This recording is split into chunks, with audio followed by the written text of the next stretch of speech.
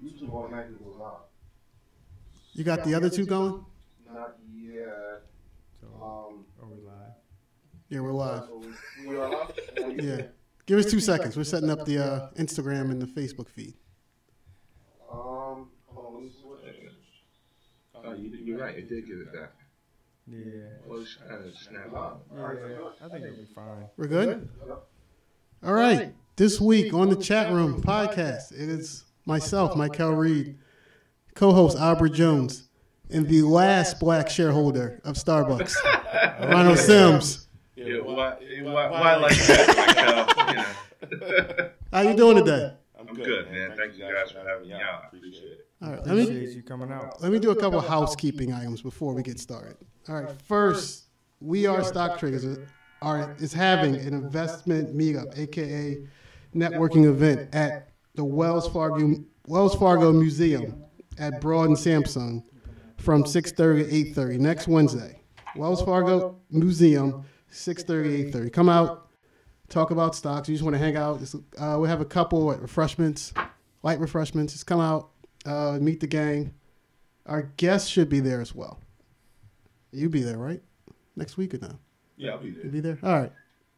I'll definitely be there. I missed the last one. I'll definitely be in attendance. Second item, little disclosure. All opinions expressed on this podcast are solely the opinion of Al, Michael, and guests and do not reflect the opinions of We Are Stock Traders. This podcast is for informational purposes and should not be relied on for investment decisions. All right. Follow my trades. Well, we were good on the Netflix trade. True. We're spot on. Too bad I don't have the guts to do it. But anyway, all right, Ron, you want to tell the people about yourself? Well, first and foremost, Michael and Al, thank you guys for having me out. Thanks, We Are Stock Traders, for this opportunity. My name is Ron Sims, local resident guy, banker by trade, typically specialized in commercial lending, along with trader, swing trader. And I'm sure that you guys have gone over what that actually means, and if not, we can talk a little bit about that later on. Been trading for a few years, gotten really, really good. The biggest thing that I've gotten good at, especially in trading, is reading and understanding the market. So, again, thank you guys for having me, and let's get to it. No problem. Have you seen the books on my Instagram?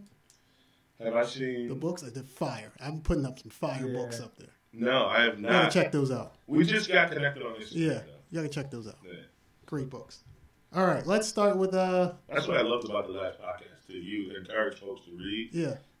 That's the key. Like if you read, especially the conference calls, like you get all the information from there. Yeah.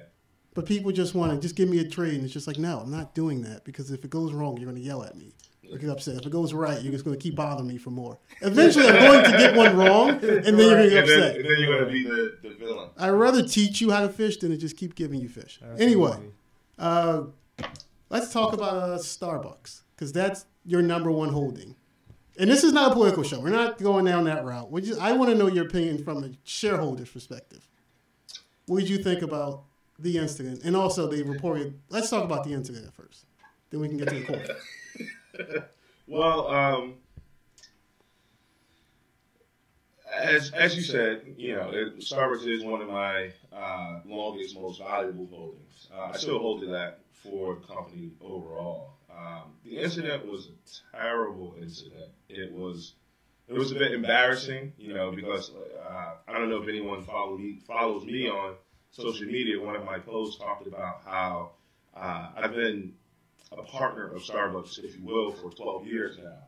So you used to work there? I used to work there for 3 while I was in college, and once I moved, obviously, and progressed in my career, I became a partner in the shareholder sense. So I've always viewed it as a place where anyone can go and sit down. It doesn't matter. I'm going to Starbucks and not bought anything. Right. They won't put me out though because the first thing I'm going to do is like, you see this?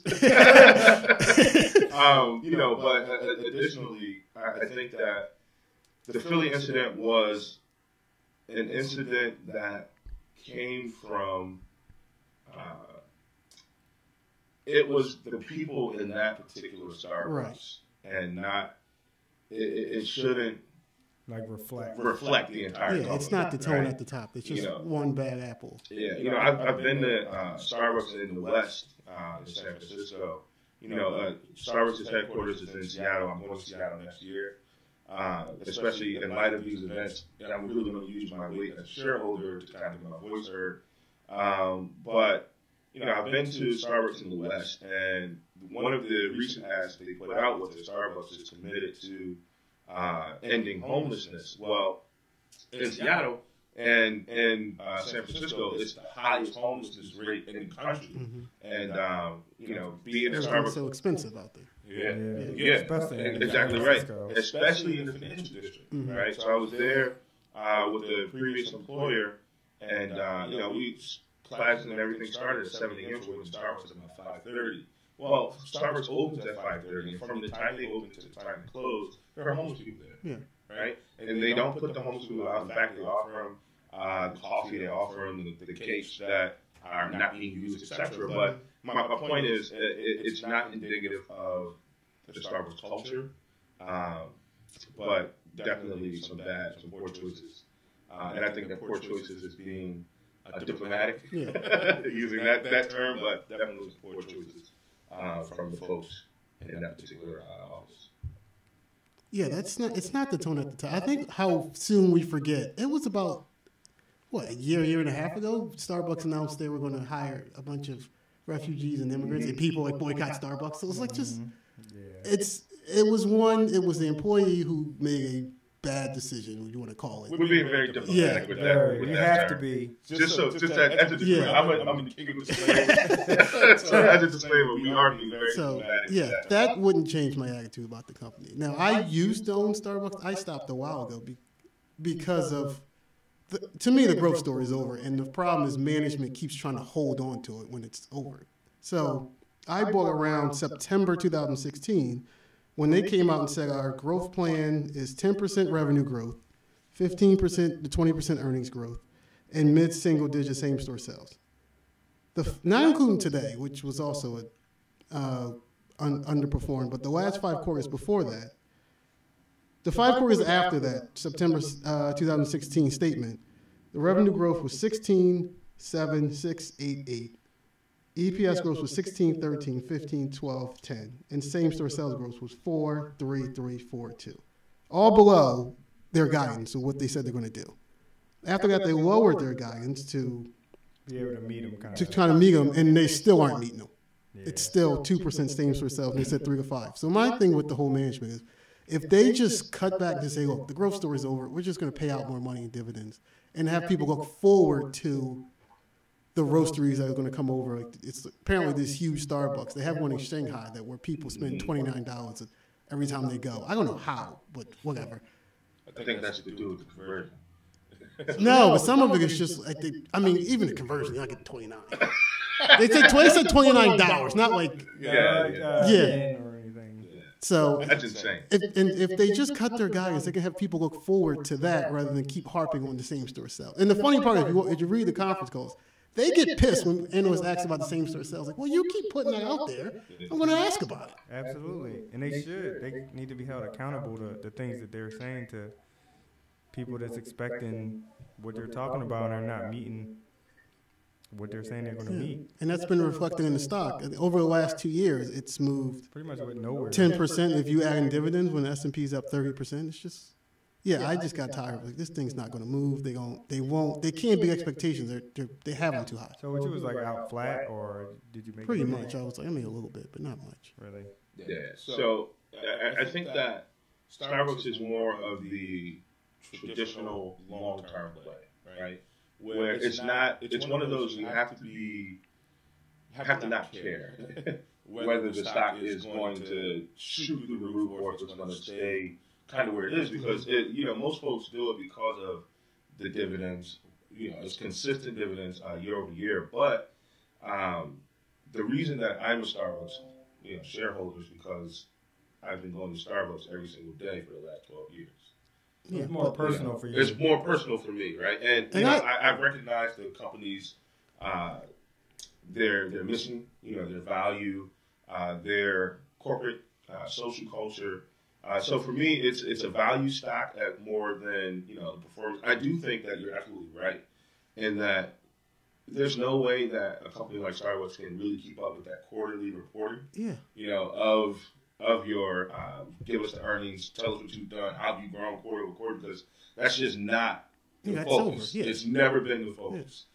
So it's always going to be a tough choice for them to really meet up to those measures. Like I understand. They did it today, but kind of, right? Yeah, a little bit below. Just same store sales with 2%, and they got it to 3 to 5%. Yeah. So, and I understand. I understand the personal, like you like the brand, but to be my biggest holding, you got to work. You got to perform. That's what my money's in there for. If I worked for someone and didn't perform expectations, I would be out of a job. So as my biggest holdings, you got to perform. And I've been told by my coworker, I'm pretty much dead inside. So it might not. It might be different for everyone else, but especially my top holding, you gotta perform, or get off the team, and I'll find something else. There's too many stocks out here. I agree. So what did you see in the chart, Albert? I know you said you'll take a look at it. Well, I mean, I didn't really see much. It just seemed like it's kind of like what you said. It's just basically like in a range. It's not really going up or down. It's just kind of staying pretty much in the same like $5 vicinity. And it's just stuck. Like, for me, like, it's not something I would even go close to. Like, it's just not my kind of thing. But you mean you wouldn't day trade Starbucks? Absolutely not. You know how much money I would need to day trade that? To think to make any money? I mean, unless some crazy news came out. That's like one of those type of stocks. Unless breaking news come out or something like that. That's the only way I could see coming close to it. Day trading it or swing trading it. I know you're a swing trader. You wouldn't swing trade it. No, not at all. Just reminding people what swing trade is, just in case they didn't see the first episode. Yeah, so swing trading means that I basically buy a stock and hold it for a longer period of time than trading it on the day. So the day trader's goal is to get back to cash by the end of the day. A swing trader goal is a little bit more long term, usually about a month, a few months, it could be a week, depending on how you're looking at it. So I day trade some, but not as much as I'd like to. I don't know, to be honest with you guys, I'm actually thinking about going more like swing trade, less day trading. I feel like it helps because you can use less size and still get that big move. It's less risk on those in that perspective, like a day trader, to get the kind of move he or she is looking for, especially something like that. You really need a lot of range. And, if you're not dealing with a stock that has a lot of range, you need a lot of liquidity because you have to use a lot of size. So if you're dealing with a stock that has a lot of range, you can use less size as a swing trader and get a way more low risk, higher reward than a day trader. And day trading decisions are so fast. It's just tough to do. So the value of being a swing trader is that you get the time value. In most cases you get the time value because Absolutely. The longer you hold it, the more likely it is to have some movement. Yeah. But when you're a day trader, you don't really have time for that. Yeah. You need that movement happening intraday so you can get out and have at the your money target. to go do something else. And then you can see the patterns develop more. Yeah. You got more time. I can't imagine. I'm staying in the deep end of the pool where long-term investing. I can't imagine looking at a chart in a day and trying to figure out on the spot where it's going to go. Well, the good thing about that is the fact that it depends on the way you trade. Now, I was actually about to ask you this, Ron. Your time frames for swing trades, like what do you like to use, like as far as like 30 minutes for entries? I'm saying. Yeah. So believe it or not, because I do most of my trades around earnings. Right. So I start. I look at the projections for the earnings, and I begin to research, start going through balance sheets and things of that nature. And usually, I'll wait until there's a little bit of a dip. So I still use a little bit of technical when preparing for a swing trade, just because even with Starbucks, for example, today, just a couple of days ago, Starbucks got down to like 54, 55, right? So if someone were to swing trade it, you would have to use a lot of size in order to make any money on it. But when the earnings came out, boom, it's back up over that 58, 59. You'd have made a few bucks, right? I'm in a swing trade right now for Disney that I got into. I know where you got in it. I got into Disney, a swing trade for Disney in February, right? Because I know that earnings for Disney comes out next month, June. May 8th or 5th or something like that. Right after So the Avengers, it comes out today, right? So yeah, Avengers comes out tomorrow, Black Panther. Yeah, so it's still obviously risky because we don't know how those moves are going to go to the bottom line, right? But it was definitely worth the swing trade. Absolutely. So I've been in it since February. I'll be out of it by June, at the latest. Depending on what happens at earnings, I may be out of it sooner. So you more the monthly or the weekly calls? Because Ron trades options. So do you like monthly or weekly? I don't. Weekly, and you can quote me on this, but weekly calls are success. Oh, okay. All right. Sorry. Don't turn us off if you do weekly calls. No. You won't be here next week. I would say I don't agree with that. I would say weekly calls are for day traders more than suckers. And so most folks, weekly calls were literally designed for buy rights, and and a buy right is when you buy a stock and you sell the call option immediately, right? So it's that weekly calls were designed so that those options would expire worthless, and the person who is writing the call can take in that money as income. So I mean, I don't want to say it's sucks. You're right, Miguel.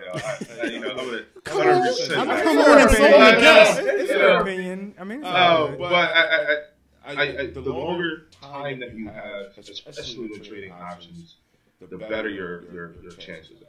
I mean, same thing with investing. The longer your time frame, the more the risk is. Absolutely. Because you can kind of let things play out. I was about to say that's the best thing for me. Like when I, a lot of my friends are swing traders, and it gives you a different perspective of what you're looking at. And it's like you're looking at this move within like an hour or like 2 hours, and they're so far ahead of you looking at like 2 weeks where they see that you might have made like, I don't know, $1 or $2, and they could have made 10, with way less risk. And so it gives you a different perspective, and it's really valuable because like with me, even though I'm a day trader, I was taught how to trade by a swing trader and through a swing trader's eyes. So my ideas generally are swing trades. So most of the time, I probably could, and like some of my swing trades, I day trade them, but I still can,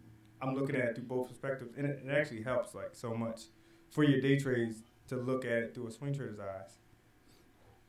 Yeah, funny thing, and I know we probably have more to cover in our time, but I was going to swing trade Delta Airlines some time ago, and I wound up day trading it because I bought it at $3.59, and the trade was placed.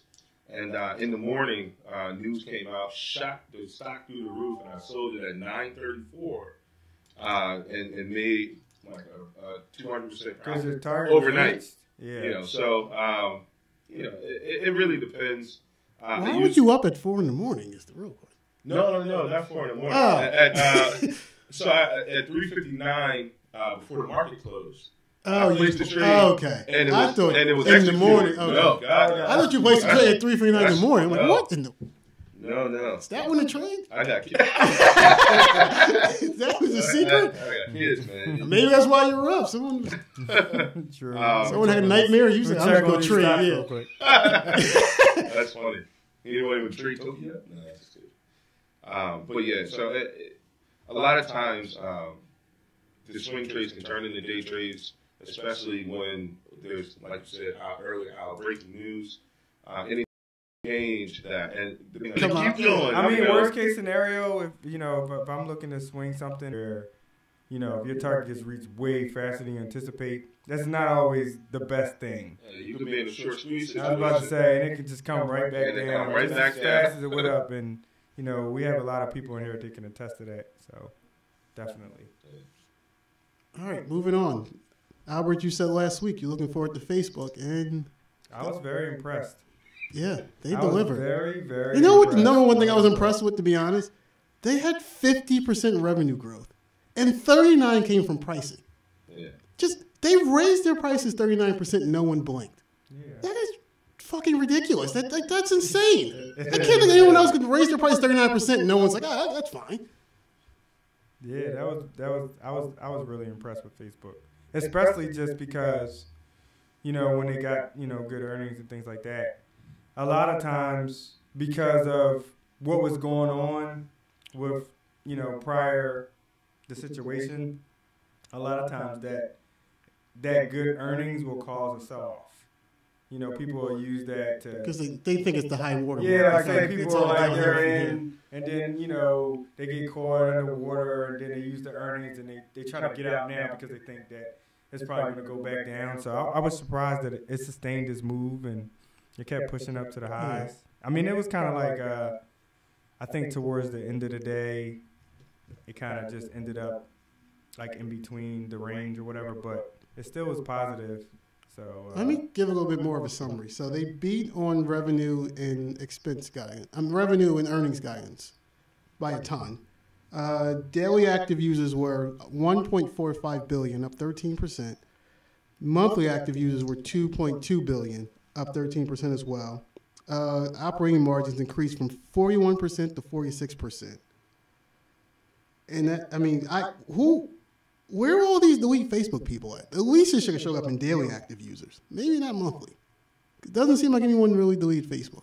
Yeah, I don't think anybody did either. I mean, when that was just the sentiment when everybody was talking about, like, I think I was watching something on like CNBC, and they was like going around and asking like Facebook users like how they felt about what was going on, and most people A, didn't know, yeah, and B, the other people didn't care. It's just a cool thing to do. Like when I watched at the beginning of the congressional hearing, some woman was in the crowd with the Delete Facebook shirt, and they actually do delete Facebook. It's like, no, I came here to see what they had to say. Well, why are you wearing the shirt then? Just take the shirt off. Just even Congress, when asking like Mark like the questions, like they didn't even know. They had no idea what was going on. Like you could just tell that somebody wrote this question and asked them, and even when they started answering the question, they just was looking like, what do I do now?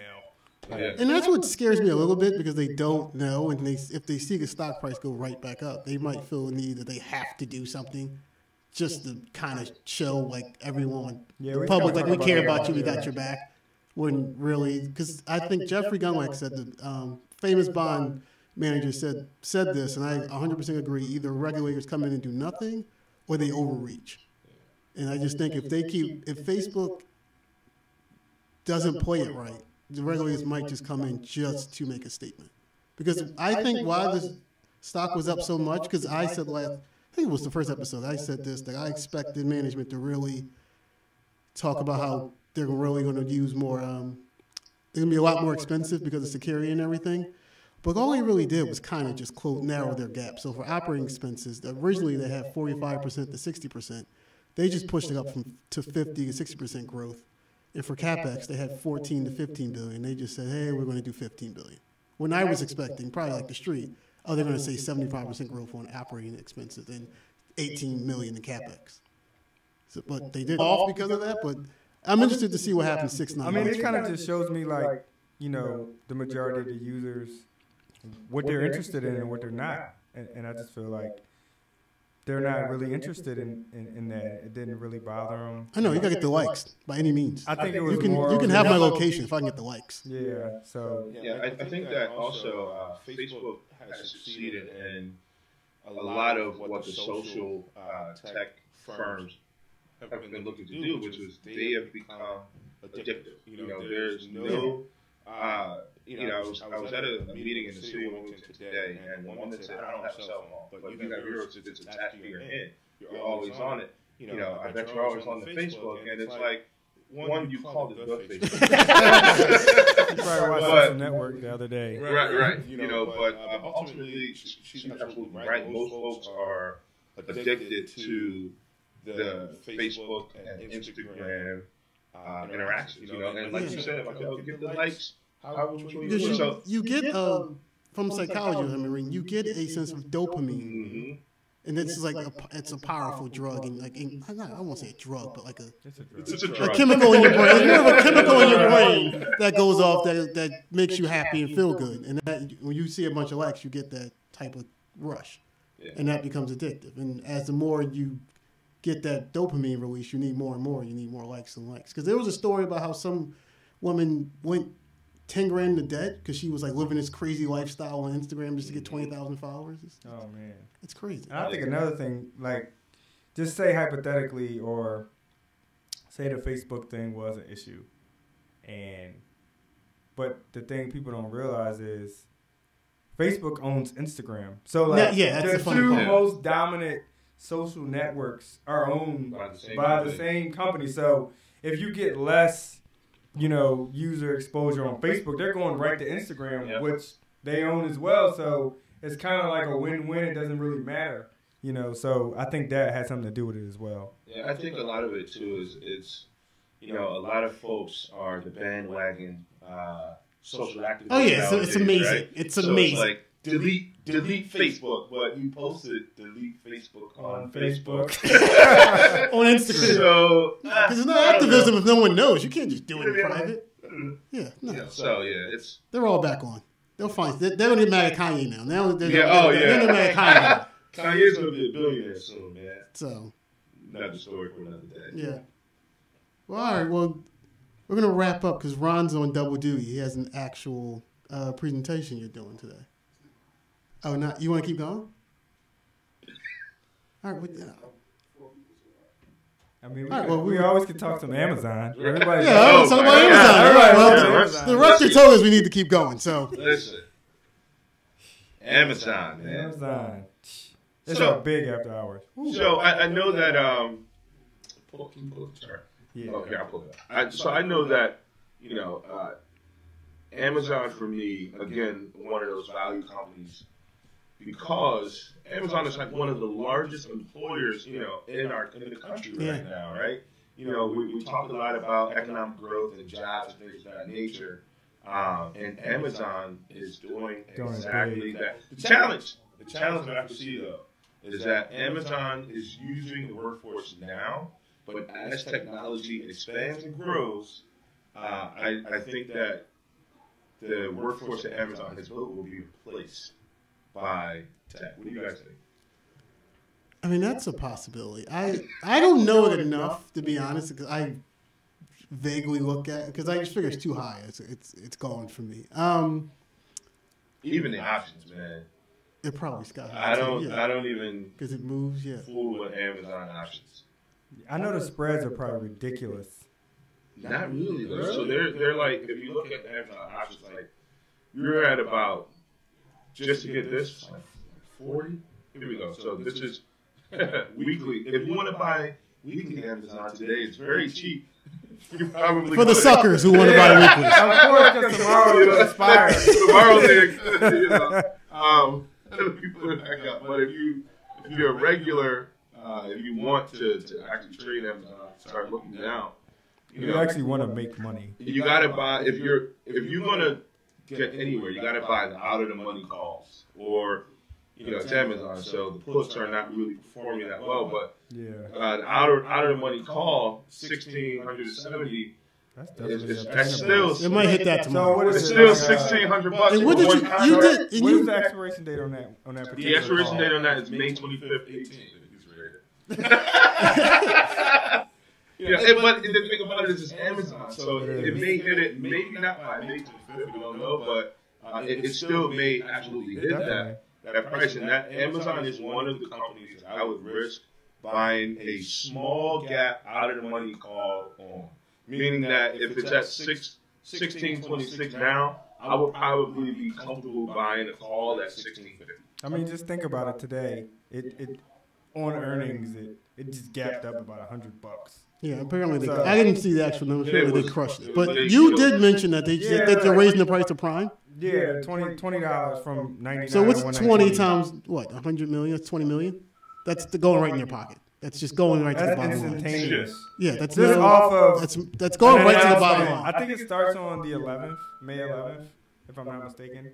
So yeah, it's going into effect. But I don't trust me. Nobody cares. No. You're gonna buy it What because price would you carry like Prime might bother you? What price would you be like? Yeah, I might not. Maybe 200. I think Right? I think it's like 200 to 250. Yeah, I might think about 200 or more. I might actually go and look at like how many purchases I make and do the Because math. at the end of the day, it's a 200. year. You know what I mean? So like, Yeah, because they can always just say, look, let's just up it. You can up it like for the monthly amount. yeah, And then just make the yearly. I think they got rid of the monthly amount now. Now I think about it. I think it's just for the year. But when you think about it, you say so 200. If it went from 120 to 200 this year, that'll probably deter you. But if it goes from 120 to 200 in the next 5 years, you got inflation. That's justified. It was so funny, you know. It's the principle. Like, it's the same thing. You're not going to keep charging me up. Like, when is this going to end? So I need a phone call. Like, when is this going to end? Like, I don't know if all viewers know. I work for Whole Foods. Obviously, Amazon bought us out. oh, yeah, So- should be in this disclaimer, man. So- That's not info. So the funny thing is, when Amazon bought Whole Foods, what they were doing was they were, dropping the price on a lot of things. Not everything, but just like certain things. But what they were doing, they were adding the price on certain things too. So it was kind of like doing both. So, like in the department I work in the prep foods. So I'm like a cook. I work in the pizza area. So we started out 2 for $20 for whole pies or whatever. You get 2 for $20. Then we went 2 for $22, 2 for $24. And everybody do 2 for $26. And it's like the way that they make their money is you just think about just my department. It costs us about $3 to make one pizza. And like one of our slices costs like $3.80. So off one slice, we make our margin for a whole pie. And they're still going up in price. So just think about that. Like the kind of the money that they're making. Nobody really thinks about it because the people that's buying it is the people that have money. So they don't really think too much of it. And the way they do it, they do it in small increments. So Yeah, and you can just track the data and see how people are $3.49 a dropping slice, the $3.79. Next thing you know, it'll be $3.99.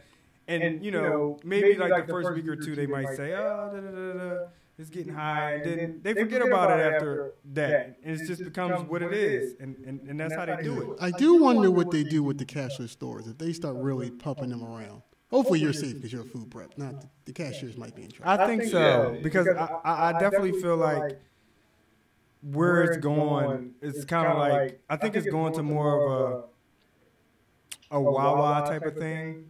More like machines. Terminal stations. Yeah, stations, self-checkouts, things like that. And I think trying to make it more automated. Yeah, and that's the scary part.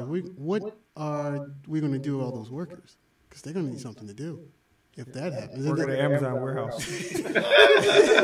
And then you got and I wonder what they're going to do with the Prime membership. And But I was wondering how they're going to link that. This is something that I was thinking about though with the Prime, or just where they're going to try to do like the fresh delivery kind of deal, like where you'll get kind of be able to get your groceries from Whole Foods delivered, just like how people order on Amazon. Like I'm really waiting to see if they really do that. Buying Whole Foods came out.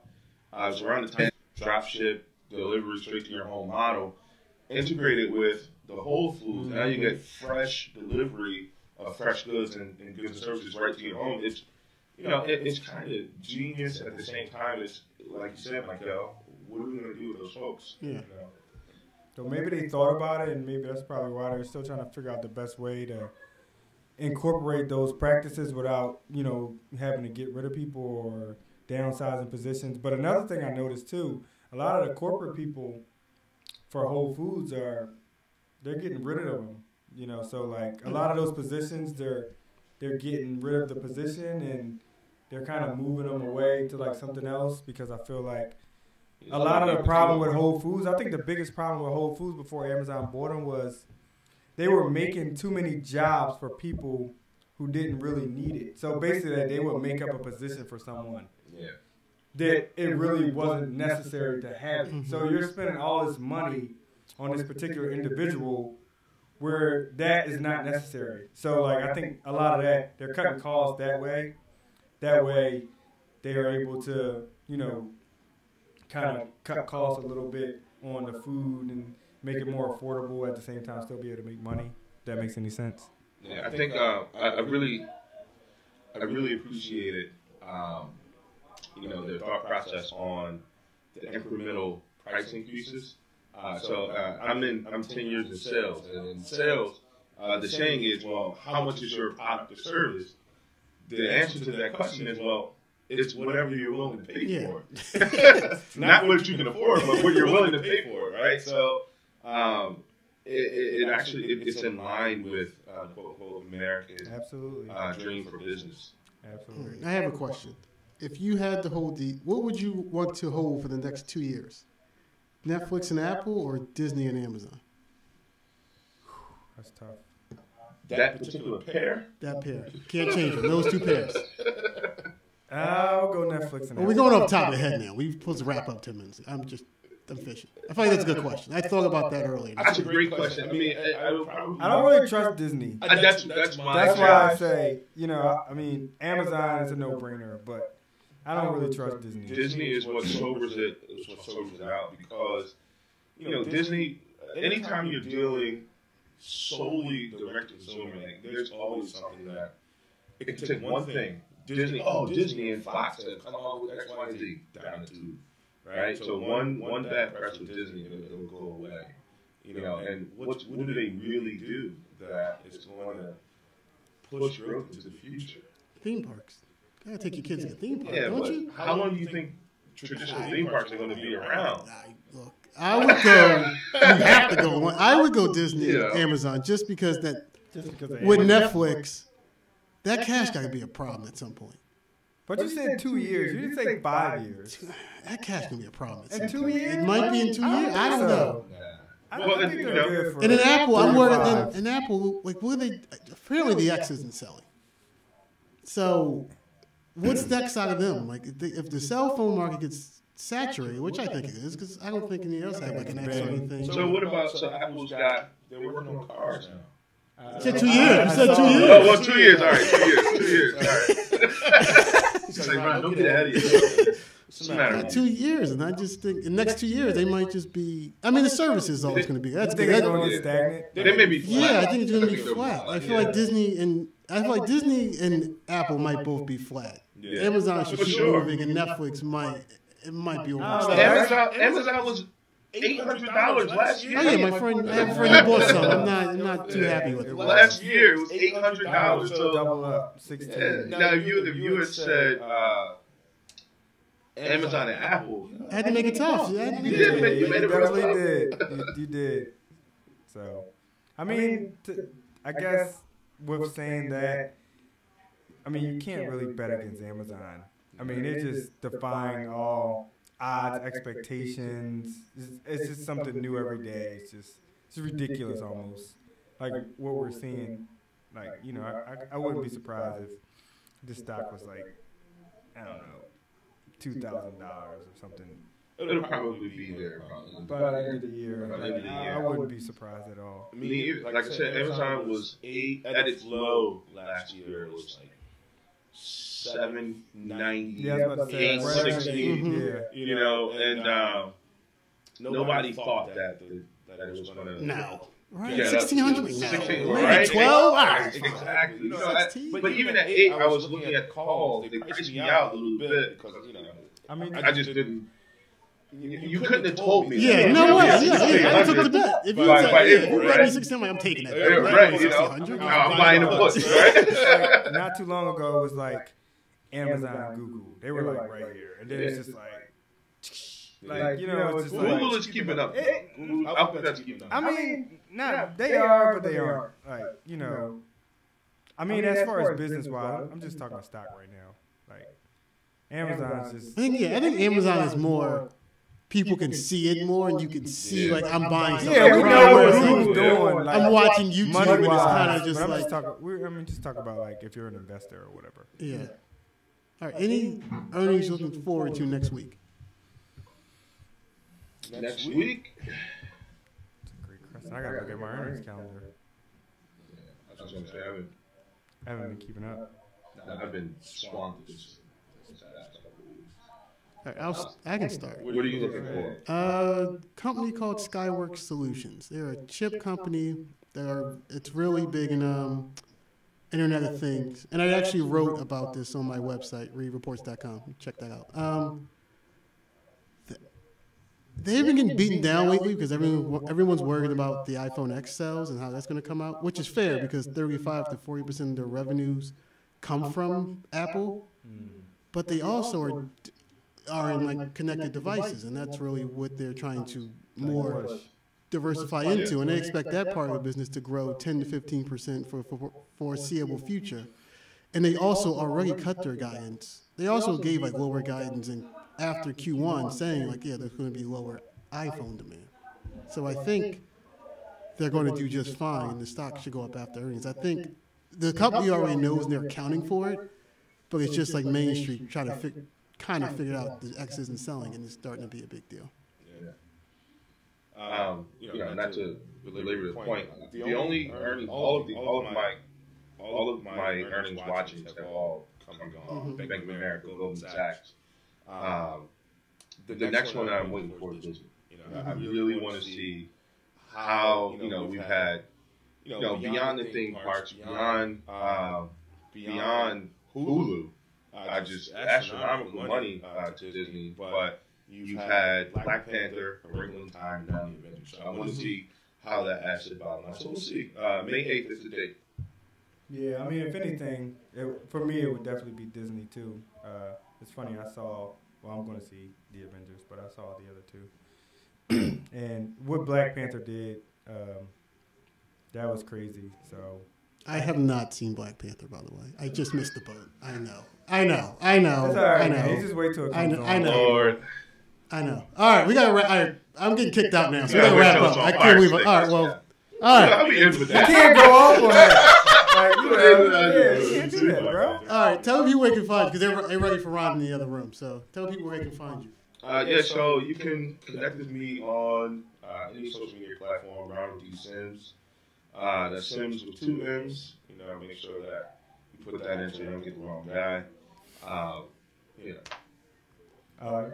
They know. Just me. Oh, well, you know where to find Al and Myke. Yeah. Find me Come on to the Wells Fargo event next week. You can meet us. And if not, I'll put my information in the comments below, either on Facebook or Instagram or anything. So you can check that out. All right? All right. That's it. See you next week. Next week. It'll be a blast.